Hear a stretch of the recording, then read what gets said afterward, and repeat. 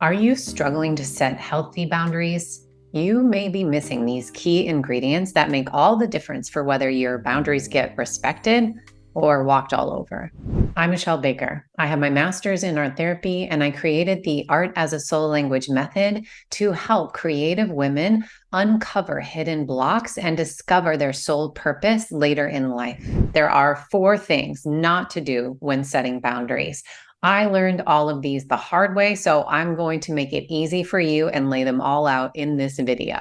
Number 4 is the sneakiest and most painful one, but all of these need to be implemented so that you can feel good and have healthy boundaries that protect your sense of well-being and happiness. The first thing not to do when setting boundaries is skip the consequence.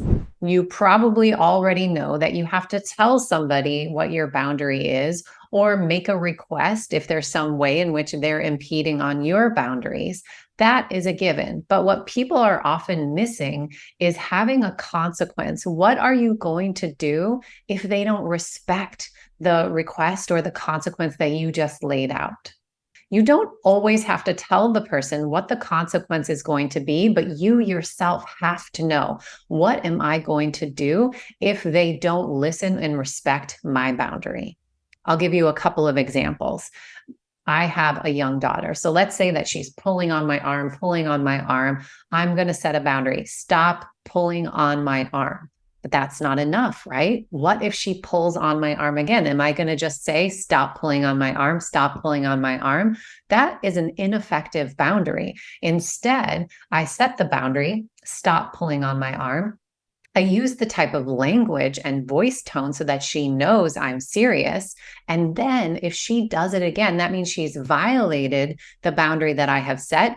There needs to be a consequence. I usually pair up the consequence with the boundary. So if she's pulling on my arm, I might say, stop pulling on my arm, or I'm not going to take you to the store that you wanted to go to after this. So I like to set up a very clear understanding of my boundary and the consequence that will happen. This is also connected to our relationship and how many times I have followed through on consequences in the past with my daughter. If you're the type of person that hasn't followed through with consequences in the past, then the person might try to continue to step on your boundary until you've proven yourself a few times that you are going to now connect your boundary with a consequence. Another type of example is, let's say that this is my office and I have the door shut, but my husband keeps coming in and interrupting what I'm doing. The boundary would be, please stop coming into my room. If the door is shut, it means I'm not available. That is the boundary. And again, I say it in a way so that he knows that I'm serious.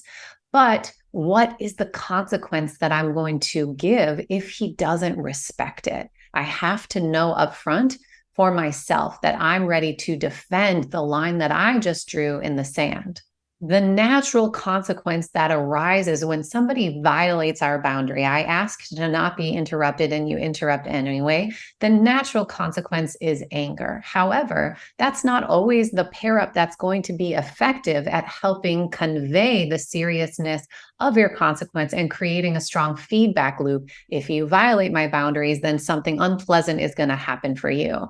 I've worked with women in the past where their husband actually thinks it's funny when they get angry. So you can see how that's not a strong feedback loop because he's not getting any kind of consequence that is painful for him. That's what needs to happen here, is if I set a boundary, which is really a protection of myself, if I set a boundary and it's not respected, the person needs to experience some level of pain. It can be quite small, like with my daughter, like, I'm not going to take you to the store that you want to go to. There needs to be some way in which they feel a disappointment, a letdown, a little bit of a pain in an emotional way, so that it gets paired up in a way of like, oh, that really isn't fun. And then they won't want to continue to break and rupture the boundaries that you are setting with them. So in the example of my husband coming into my room, you know your husband best. What is a good consequence? It's also important to pair the consequence up with something that is appropriate.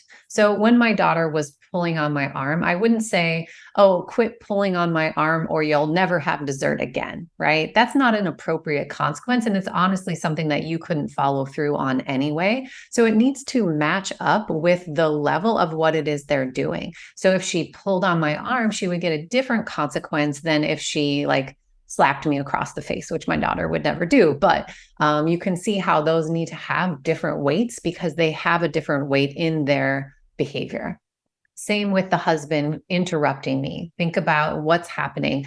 I'm getting interrupted. It's annoying. I feel mildly or moderately frustrated. And so the consequence needs to be in alignment with that. So to give you one example is if I'm in my office doing work and getting interrupted by my husband, a consequence might be that I'm not going to support him the next time that he wants to go rowing, which is something that he does for fun for himself. It's in a way, a similar way of you're not respecting the thing that I'm trying to do with my time and energy. So the next time that you want my support doing something with your time and energy, I'm not going to support you by taking care of our daughter or cooking dinner that night, whatever it is. So you have to be creative. And this is why you want to have the consequence already prepared ahead of time, because in the moment, you might say something out of anger that isn't proportionate to what just happened. And then you're going to end up backpedaling and ending up in number two. So number two, what you do not want to do when you are setting boundaries is to not follow through on the consequence. So it's one thing for me to say, quit pulling on my arm, daughter, or else I'm not going to take you to the store that you wanted to go to. But then if I take her to the store anyway, after she violated the boundary, I basically said without using words that my boundaries and my consequences don't actually matter and that they don't have any substance. This is one of the last things that you want to do when you're setting boundaries, is to convince other people that there is no merit to them. This is also why you want to know what the consequences are ahead of time, at least for yourself, because you have to be prepared to follow through on them no matter what. So remember, boundaries are always paired up with a consequence. Now, hopefully you don't need the consequence. If I say, hey, stop interrupting me when the door is closed, and my husband stops, great. I didn't even need to have a consequence, but I need to be prepared for it nonetheless, because I'm not sure what his behavior or his actions are going to be, which actually leads to number three. The third thing that you don't want to do when setting boundaries is assume that the other person is going to change. Just because I said what I needed does not mean that my husband, my daughter, whoever I'm in relationship with is necessarily going to change in their personality or in the behavior that they're doing. Just because you have stated your boundary and you have a clear consequence in mind, none of that means that the person is going to change. My daughter still might pull on my arm after I've said my clear boundary, and my husband might still open the door even after I told him not to. First of all, that's why I got to have a consequence. But the bigger thing here for number three is that you might assume that stating the boundary and having the consequence is enough. Oh, great. Now that I know how to set boundaries in this way, everybody will always respect my boundaries. And unfortunately, that's not the case. We are humans and we are in relationship with other humans who are fallible and imperfect. So it is unlikely that you are going to have that experience. And it's also really what boundaries are a feedback loop. So when you set boundaries and you have a clear consequence and you've shared it with them or not, and you've followed through on the consequence when you needed to, if that person continues to disregard your boundaries, that is an important feedback loop that you need to pay attention to. You might be hoping that all that's needed is for you to get better and clearer at your boundaries, but that's not always the case.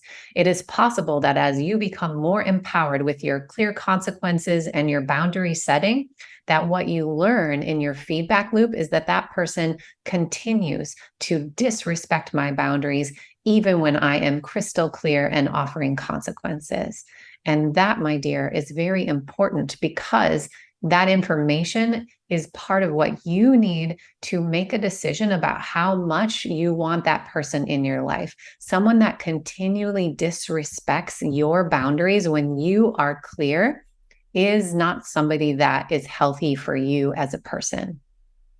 And that is a harsh truth that can arise when you become more empowered.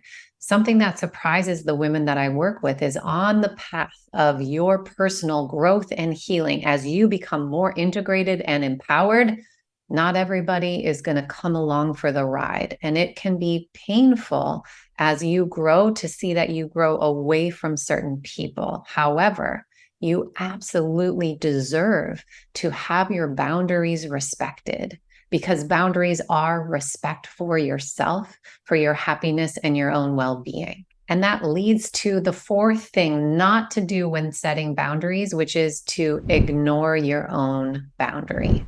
If you set a clear boundary and the person that you set it with ignores it and walks all over it, and you don't say anything, that is actually harming yourself. Ignoring your own boundary can look like not setting a consequence, which we already talked about in step 2.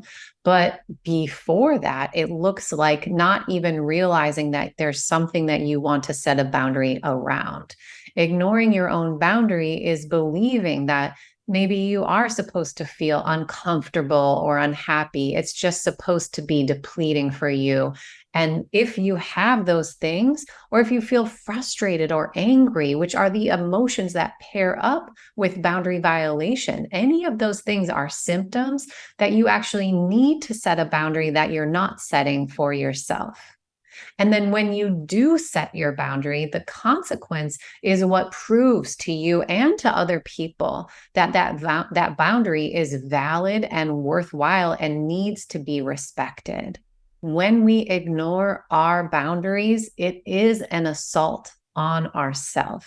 And it can be the most painful when we don't have that respect for ourselves enough to say the boundary and have the consequence and follow through on it. So if that feels like something that could be happening for you, I have another video for you that might be really useful. It's called What People Don't Tell You About Boundaries. And I would love to guide you further in the awareness and understanding of what boundaries really are for and why you might be struggling to set clear boundaries with the people in your life. And if you found this video helpful, please take a moment, give it a like, a comment, subscribe to our channel. That helps this content reach more and more people who might need to see it.